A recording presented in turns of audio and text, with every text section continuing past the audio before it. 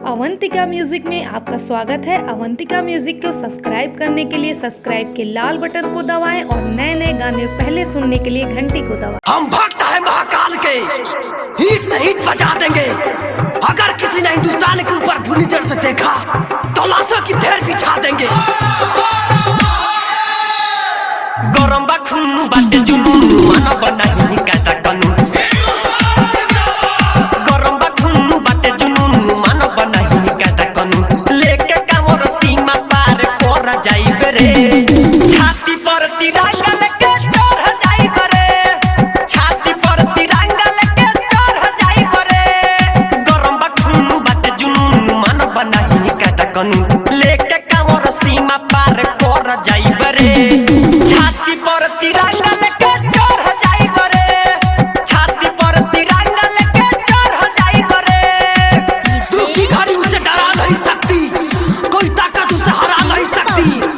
और जिस पर हो जाए तेरी मेहर मेरे महादेव, फिर से दुनिया उसे मिटा नहीं सकती, मिटा नहीं सकती।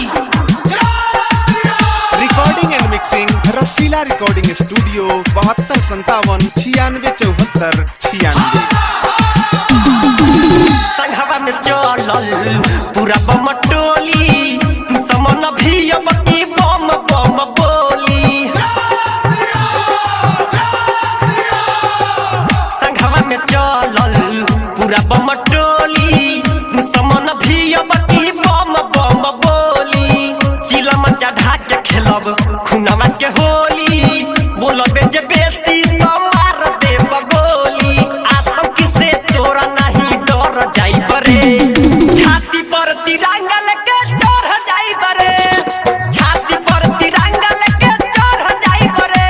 कोई कितनी कोशिश कर ले, कुछ नहीं बिगाड़ सकता माई कला, क्योंकि जिसके हम बाला खाए नाम है महाकाल, नाम है महाकाल, नाम है महाकाल।